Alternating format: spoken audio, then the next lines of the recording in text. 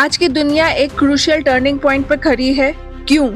क्योंकि Donald Trump ने जब से रेसिप्रोकल टैरिफ्स लगाए हैं तब से यूएस और चाइना के बीच एक तरह का ट्रेड वॉर का माहौल बन गया है। रिसेशन की भी आशंका जताई जा रही है और ग्लोबल इकोनॉमी में भी इन्फ्लेशन का प्रेशर बढ़ता जा रहा है। रशिया और यूक्रेन वॉर भी एक मेजर फ्लैश पॉइंट था। इस वॉर ने पॉलिटिकल टेंशंस को और भी ज्यादा बढ़ा दिया और ग्लोबल अलायंसेस की कमजोरी को एक्सपोज किया। आजकल ग्लोबलाइजेशन और फ्री ट्रेड के मुद्दों से हटकर दुनिया में प्रोटेक्शनिज्म की बातें चल रही हैं, यानी कि हर देश अपने अपने नेशनल इंटरेस्ट पर ज्यादा फोकस कर रहा है। जब दुनिया की डायनेमिक्स बदल रही हैं, तब एक और इम्पोर्टेंट डेवलपमेंट चुपके से शुरू हो रहा है। ऐसा डेवलपमेंट जो इंटरनेशनल फाइनेंस की फाउंडेशन को ही बदल सकता है। अब स्पॉटलाइट आ गई है यूएस डॉलर पर, जिसके दशकों से चल रहे डोमिनेंस पर अब धीरे धीरे दरारें दिखाई देने लगी हैं। सोचिए, अगर दुनिया की सबसे पावरफुल करेंसी हिल गई तो ग्लोबल इकोनॉमी का फ्यूचर कैसा होगा। यूएस डॉलर एक बार फिर हेडलाइंस में है। सिर्फ पिछले 2 महीने में यूएस डॉलर लगभग 10% गिर चुका है। यह हाल के दिनों में होने वाली सबसे शार्प शॉर्ट टर्म डिक्लाइन है।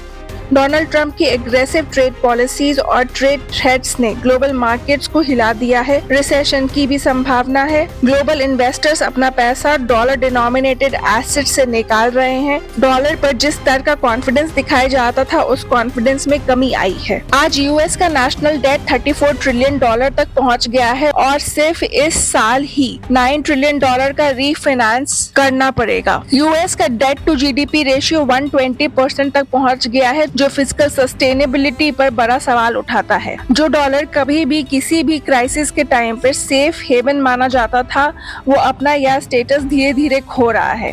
स्टॉक मार्केट्स में भी स्ट्रेस दिखने लगा है और गोल्ड प्राइसेस तो सिर्फ 2 महीने में लगभग 17% जंप कर गए हैं। यह क्लियर सिग्नल है कि investors traditional store of value जो कि गोल्ड है, उसकी तरफ भाग रहे हैं। जब एक सुपर पावर की करेंसी में कॉन्फिडेंस कम होता है तो उसके इफेक्ट सिर्फ मार्केट तक सीमित नहीं रहते, पूरे इकोनॉमिक सिस्टम के बैलेंस को गिराते हैं। हाई नेशनल डेट के टाइम पर कंट्रीज यूजुअली फॉरेन कैपिटल को अट्रैक्ट करने के लिए बॉन्ड्स इशू करते हैं। जब फॉरेन इन्वेस्टमेंट आता है तो देश की करेंसी को सपोर्ट मिलता है, क्योंकि कंट्री के एसेट्स की डिमांड बढ़ती है। लेकिन जब डॉलर वीक होता है तो एक रिपल इफेक्ट शुरू हो जाता है। इन्वेस्टर्स कॉशियस हो जाते हैं और यूएस एसेट्स पर ज्यादा रिटर्न्स की डिमांड करते हैं, जिससे बोरोइंग कॉस्ट और भी ज्यादा बढ़ जाती है। यह हायर कॉस्ट बिजनेसेस और गवर्नमेंट दोनों पर प्रेशर डालता है, क्योंकि उन्हें और भी ज्यादा अट्रैक्टिव टर्म्स देने पड़ते हैं ताकि रिस्क कवर किया जा सके। वीक डॉलर और राइजिंग डेट लेवल्स मिलकर एक ऐसा साइकिल क्रिएट करते हैं जिसमें फाइनेंशियल स्टेबिलिटी को मेंटेन करना और भी ज्यादा मुश्किल हो जाता है। अब सवाल यह उठता है कि डॉलर लॉन्ग रन में कोलैप्स करेगा या नहीं। लेकिन रुक करके सबसे पहले यह समझना जरूरी है कि करेंसी कोलैप्स होता ही क्यों है। किसी भी कंट्री की करेंसी तब गिरती है जब पॉलिटिकल इंस्टेबिलिटी या इकोनॉमिक मिसमैनेजमेंट डीप लेवल पर होता है। जब गवर्नमेंट अपनी क्रेडिबिलिटी खोती है, चाहे ओवर स्पेंडिंग करके, अनसस्टेनेबल डेट्स लेकर या इकोनॉमी को गलत तरीके से हैंडल करके, तब लोगों का और इन्वेस्टर्स का भरोसा उस करेंसी से उठने लगता है।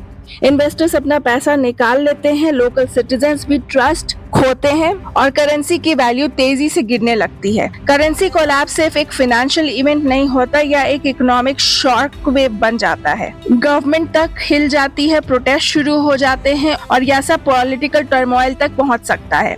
सिंपल शब्दों में कहें तो जब एक कंट्री की इकोनॉमी पर ट्रस्ट खत्म होता है तो उसके पैसों की वैल्यू भी गायब होने लगती है। इतिहास में दुनिया भर के कंट्रीज ने कई बार करेंसी कोलैप्स देखे हैं। कुछ फेमस एग्जांपल्स हैं Argentina, Hungary, Chile, Angola, Zimbabwe और जर्मनी। इन देशों ने सीवियर करेंसी क्राइसिस फेस किया है, जहां उनके पैसों की वैल्यू ऑलमोस्ट खत्म हो गई थी। मनी का बेसिक काम होता है store of value, reliable medium of exchange और यूनिट ऑफ अकाउंट बनना।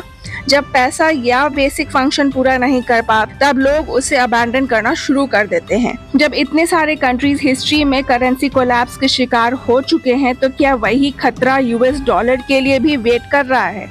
डॉलर दुनिया की रिजर्व करेंसी है और इसने एक अनपैरेलल्ड पोजीशन होल्ड की है। यूएस डॉलर का डोमिनेंस समझने के लिए हमें वर्ल्ड वॉर सेकेंड के बाद के टाइम में जाना पड़ेगा। 1944 में ब्रेटन वुड्स एग्रीमेंट ने एक नया ग्लोबल फाइनेंशियल ऑर्डर सेट किया, जिसमें यूएस डॉलर को सेंटर पीस बनाया गया। इस सिस्टम के अंडर दुनिया के काफी सेंट्रल बैंक्स ने अपनी करेंसी को डॉलर से पेग किया या अटैच करना शुरू कर दिया और डॉलर खुद गोल्ड से बैक था। धीरे धीरे डॉलर का रोल सिर्फ यूएस तक सीमित नहीं रहा, यह दुनिया का प्राइमरी रिजर्व करेंसी बन गया। सेंट्रल बैंक्स और बड़े financial institutions globally dollar hold करने लगे ताकि इंटरनेशनल ट्रेड स्मूथ रहे, इकोनॉमी स्टेबल रहे और डोमेस्टिक फाइनेंशियल शॉक से बचाव हो सके।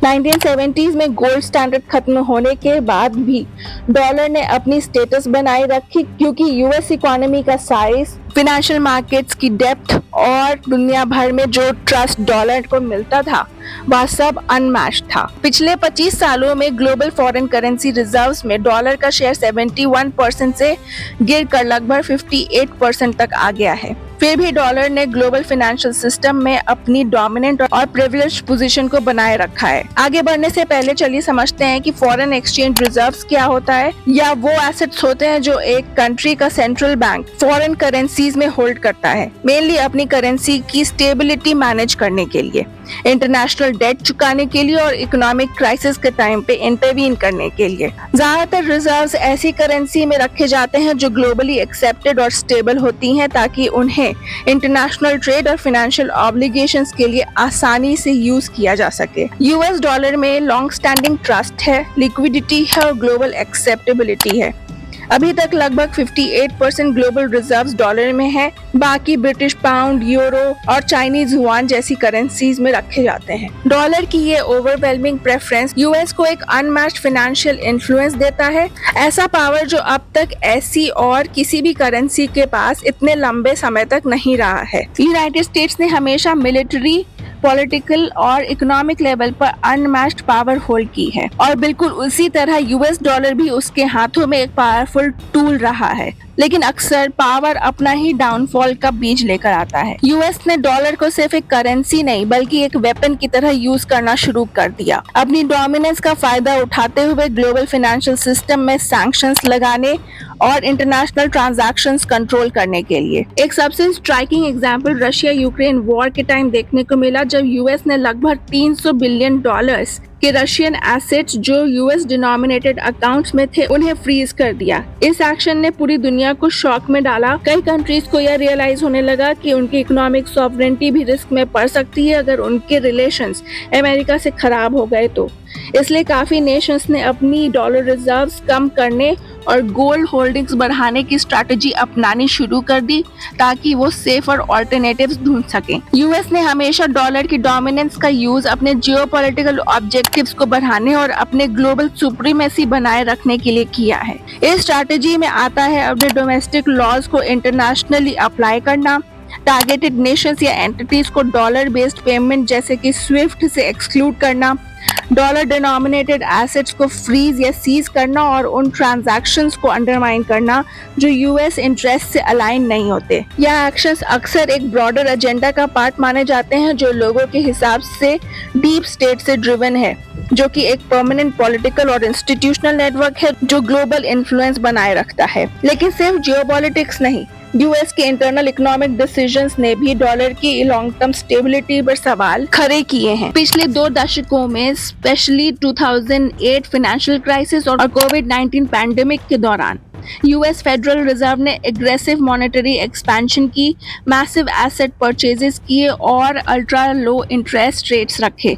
पूरे इकोनॉमिक सिस्टम में ट्रिलियंस ऑफ डॉलर्स पंप किए गए। यह एक्शन शॉर्ट टर्म में तो सिचुएशन स्टेबलाइज करने में हेल्प करते हैं, लेकिन ग्लोबली इन एक्शन से इन्फ्लेशन, करेंसी डिवैल्यूएशन और डॉलर डोमिनेंस की लॉन्ग टर्म सस्टेनेबिलिटी को लेकर कंसर्न बढ़ जाते हैं। आज दुनिया में सबसे प्रेसिंग इशू जो डॉलर की सुप्रीमेसी पर डाउट खड़ा करता है वह है ट्रेड वॉर का बढ़ना, खासकर यूएस और चाइना के बीच चलती इकोनॉमिक राइवलरी। जब से डोनाल्ड ट्रंप की प्रेसिडेंसी के दौरान यूएस ने एग्रेसिव टैरिफ्स इंपोज किए, दुनिया ने ट्रेड डायनामिक्स में एक सिग्निफिकेंट शिफ्ट देखा है। चाइना ने अपनी ट्रेड रिलेशंस को डाइवर्सिफाई किया और साथ ही ऐसे फाइनेंशियल सिस्टम्स को डेवलप करने की कोशिश की है जो यूएस डॉलर पर रिलायंस को कम कर सके। एक प्राइम एग्जांपल है चाइना का cross border inter bank payment system यानी कि सिप्स, जो कि स्विफ्ट नेटवर्क का ऑल्टरनेटिव है, जिसमें डॉलर के बजाय चाइनीज करेंसी का यूज करके इंटरनेशनल ट्रांजैक्शंस को फैसिलिटेट किया जाता है। यह डेवलपमेंट्स एक ब्रॉडर ग्लोबल ट्रेंड को सिग्नल करते हैं जिसमें कंट्रीज अपना ट्रेड और फाइनेंशियल इंफ्रास्ट्रक्चर डेवलप कर रही हैं ताकि वो डॉलर के पॉलिटिकल रिस्क से बच सकें। तो जब यूएस अपने डॉलर को वेपनाइज करता है तो फ्यूचर कॉन्फ्लिक्ट्स की एंटिसिपेशन में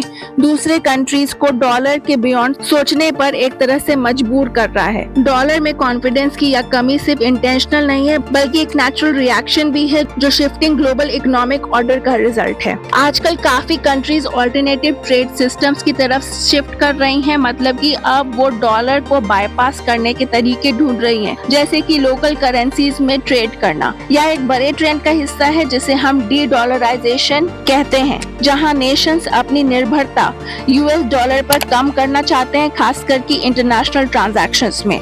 ब्रिक्स नेशंस एक शेयर्ड करेंसी बनाने की बात कर रहे हैं ताकि अपने बीच का ट्रेड डॉलर के बिना कर सकें। यह जो मूवमेंट बढ़ रहा है इसने यूएस की अटेंशन ग्रैब कर ली है। डोनाल्ड ट्रंप ने तो ओपनली अपनी नाराजगी दिखाई और वार्निंग भी दी कि जो कंट्रीज ऐसे ऑल्टरनेटिव्स लाएं उन पर वो हैवी टैरिफ्स लगा सकते हैं। इंडिया भी डॉलर पर अपनी डिपेंडेंसी कम करने का सोच रहा है। रिजर्व बैंक ऑफ इंडिया ने कुछ कंट्रीज के साथ रुपीस में ट्रेड को एनकरेज की और वॉस्ट्रो अकाउंट्स को स्टैब्लिश करने का भी पुश दिया।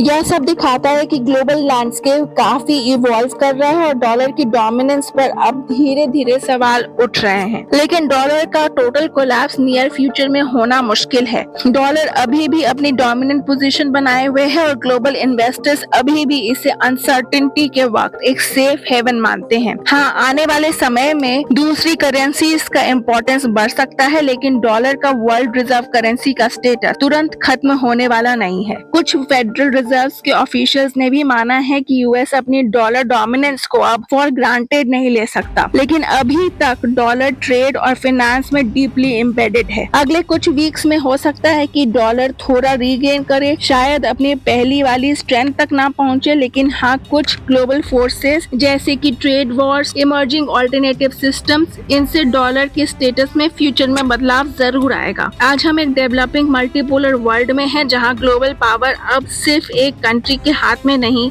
बल्कि मल्टीपल राइजिंग इकोनॉमीज जैसे कि चाइना, इंडिया और रशिया में बढ़ती जा रही है। यह सब डॉलर की पोजीशन को काफी इन्फ्लुएंस करेगा। जैसे जैसे ये कंट्रीज अपनी ग्लोबल इन्फ्लुएंस एक्सपैंड कर रही हैं, यूएस को भी इन इकोनॉमिक और पॉलिटिकल शिफ्ट्स के साथ स्मार्टली डील करना पड़ेगा। कैसे आने वाले समय में यूएस इस इमर्जिंग मल्टीपोलर वर्ल्ड में अपनी इकोनॉमिक और पॉलिटिकल स्ट्रैटेजी सेट करता है, यह डिसाइड करेगा कि क्या डॉलर अपना डोमिनेंस बनाए रख सकता है या नहीं। लॉन्ग टर्म में यह प्रिडिक्ट करना मुश्किल है कि डॉलर का फ्यूचर क्या होगा, लेकिन एक बात क्लियर है कि ग्लोबल फाइनेंस का लैंडस्केप चेंज हो रहा है और डॉलर को भी शायद खुद को अडेप्ट करना पड़े।